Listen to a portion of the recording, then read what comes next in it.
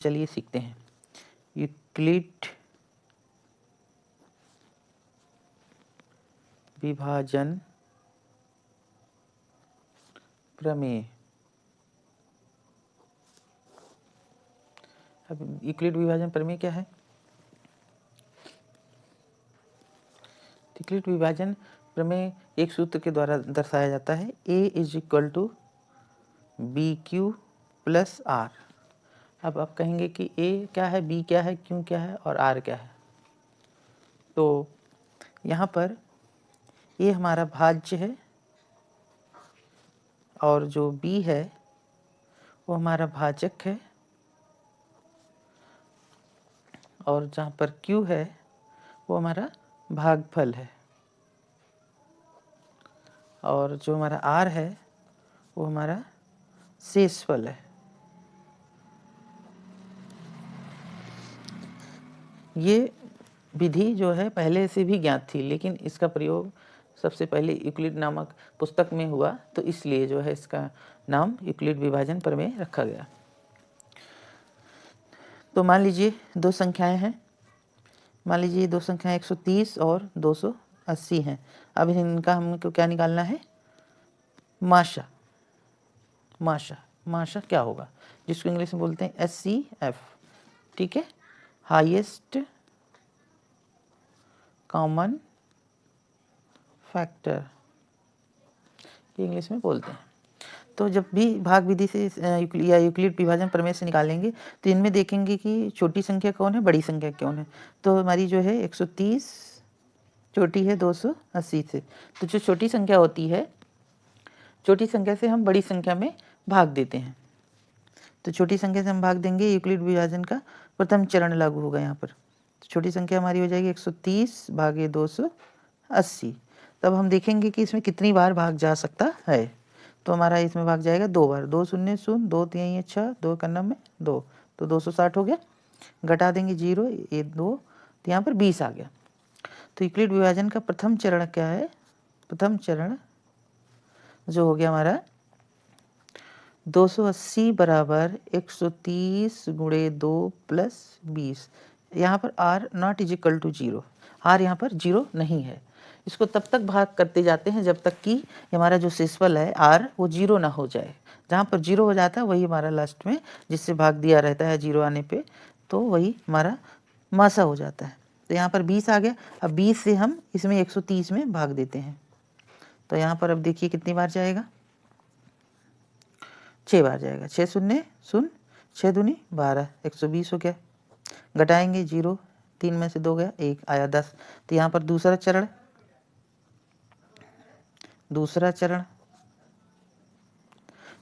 हमारा जो हो जाएगा 130 बराबर 20 गुणा 6 प्लस 10। तो R ≠ 0 पे, क्योंकि R बराबर यहाँ पर आया हमारा 10, तो हमारा दूसरा चरण। अब हम यहाँ पर 10 से फिर 20 में भाग देंगे, 10 दूना 20, तो यहाँ पर 0 आ गया, 0 आ गया। तो हमारा जो तीसरा चरण है यूक्लिड विभाजन का तीसरा चरण 20 बराबर 10 गुणे 2 प्लस 0। तो R बराबर यहाँ पर कहा गया 0। तो इसका जो है मासा क्या हो जाएगा, यहाँ पर देखिए इसका मासा हो जाएगा हमारा, मासा बराबर जो हमारा हो जाएगा, मासा हो जाएगा इसका 10, क्योंकि लास्ट संख्या से जो डिवाइड हुआ है वो 10 से हुआ है। तो यही यूक्लिड विभाजन का फॉर्मूला होता है। अब इसी से हम एक और संख्या देखेंगे। मान लीजिए एक संख्या और हम ले लेते हैं, दूसरी संख्या हमारी एक और आ जाए।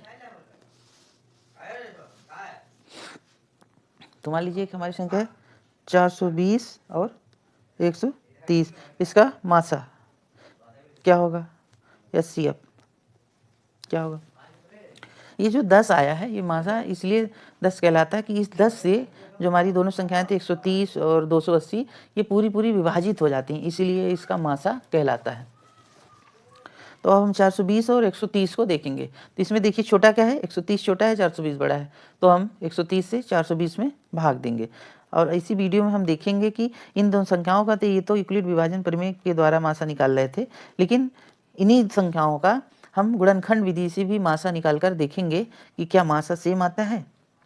तो इसी वीडियो में हम उसको भी देखेंगे। तो यहाँ पर अब हम 130 से भाग करेंगे 420 में। तो अब देखिए दोस्तों कितनी बार जाएगा यहाँ पर भाग 3 बार जाएगा। 3 शून्य शून्य, 3 त्रिक 9, 3 एक 3, इतनी 4 बार ले जाएंगे तो 420 से ज़्यादा हो जाएगा। तो घटा देंगे 0, 12 में से 9 गया 3, तो यहाँ पर आ गया 30। तो प्रथम चरण जो हमारा हुआ यूक्लिड विभाजन का प्रथम चरण 420 बराबर 130 गुणे 3 प्लस 30। तो r क्या है 30 है, तो यहाँ पर r naught is equal to 0 है। तो फिर हम भाग देंगे 30 से 130 में। तो कितनी बार जाएगा 4 बार। 4 शून्य शून्य, 4 3 12, घटा देंगे 0, यहाँ से आया 1। तो दूसरा हमारा जो दूसरा चरण हो गया, दूसरा चरण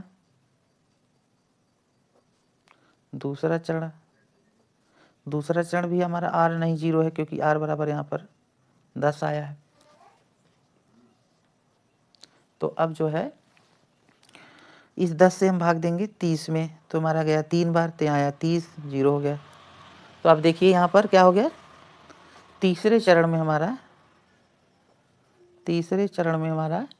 r क्या हो गया 0 हो गया, क्योंकि r शेषफल यहाँ पर 0 आ गया। तो इसका मासा क्या हो जाएगा, इसका मासा जो हमारा हो जाएगा 10। तो ये हमारा इसका भी आंसर 10 आ गया। अब इन्हीं दोनों संख्याओं का हम जो है गुणनखंड विधि से मासा निकाल कर देखते हैं कि क्या आंसर सेम आता है। तो चलिए गुणनखंड विधि से मासा निकालना। तो अब गुणनखंड विधि से मासा कैसे निकालेंगे, अब देखते हैं कि आंसर दोनों का सेम आता है। तो हमारी जो पहली संख्या हम लिए थे 130 और 280 लिए थे, इनका मासा जो है हम निकाले थे भाग विधि से, जिसको यूक्लिड विभाजन प्रमेय भी कहते हैं, उसका आया था 10। तो अब हम इसको गुणनखंड विधि से देखते हैं।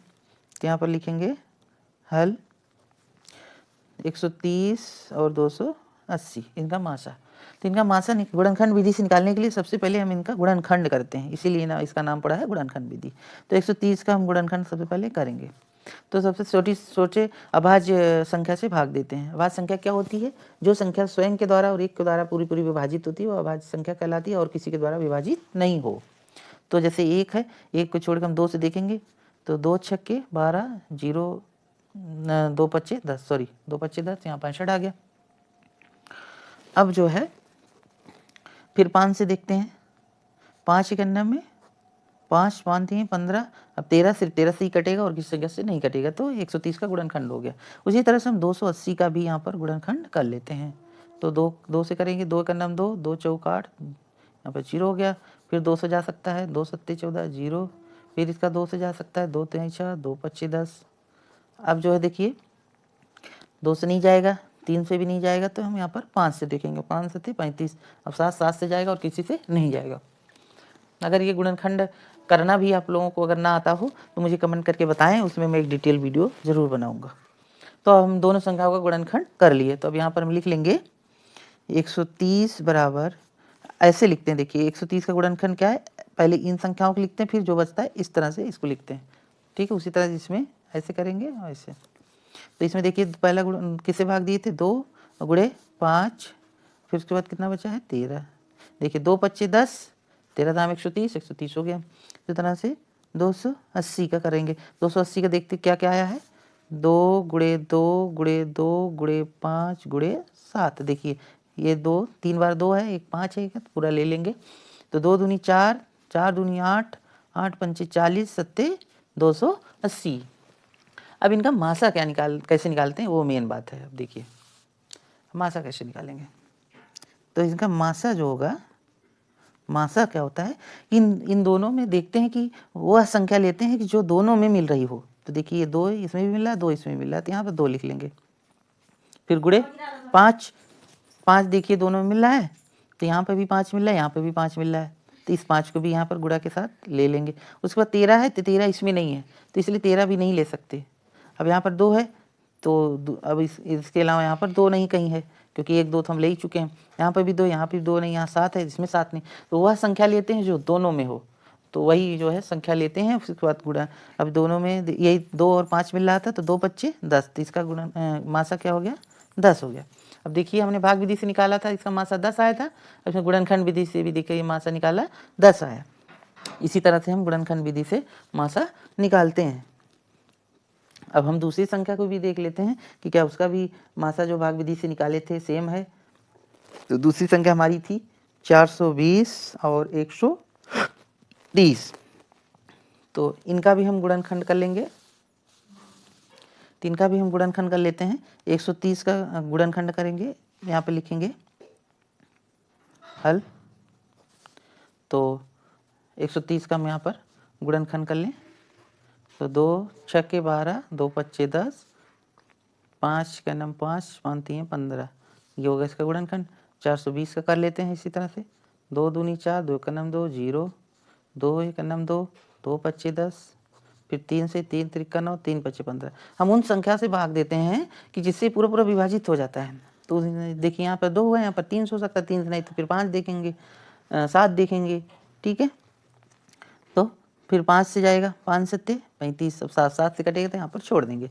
तो हमारा क्या देखिए 130 बराबर आएगा क्या, 2 गुणे 5 गुणे 13, और 420 बराबर आया हमारा 2 गुणे 2 गुणे 3 गुणे 5 गुणे 7, ऐसे ले लिया ना, इसमें ऐसे लिया करके। यहाँ देखेंगे 2 दूनी 4, 3 यहाँ 12, 5 60, 7 420। तो अब इसका मासा देखिए बहुत आसान है, दोनों में क्या मिल रहा है, 2 मिल रहा है, तो यहाँ पर 2 ले लिए, गुणे 5 मिल रहा है दोनों में, देखिए 5 भी मिल रहा है, तो यहाँ पर 5 ले लेंगे। और उसके बाद यहाँ पर ये देखिए 1 है, उसके बाद 13 मिल रहा है, 13 नहीं मिल रहा है, तो कोई भी संख्या नहीं मिल रही है यहाँ पर, तो इसका गुणा मासा क्या हो जाएगा 10, ये इसका आंसर आ गया। इसी तरह से हम गुणनखंड विधि मासा निकालते हैं। तो आज की वीडियो में इतना ही दोस्तों, धन्यवाद। अपने माता पिता का ख्याल रखें। जय हिंद।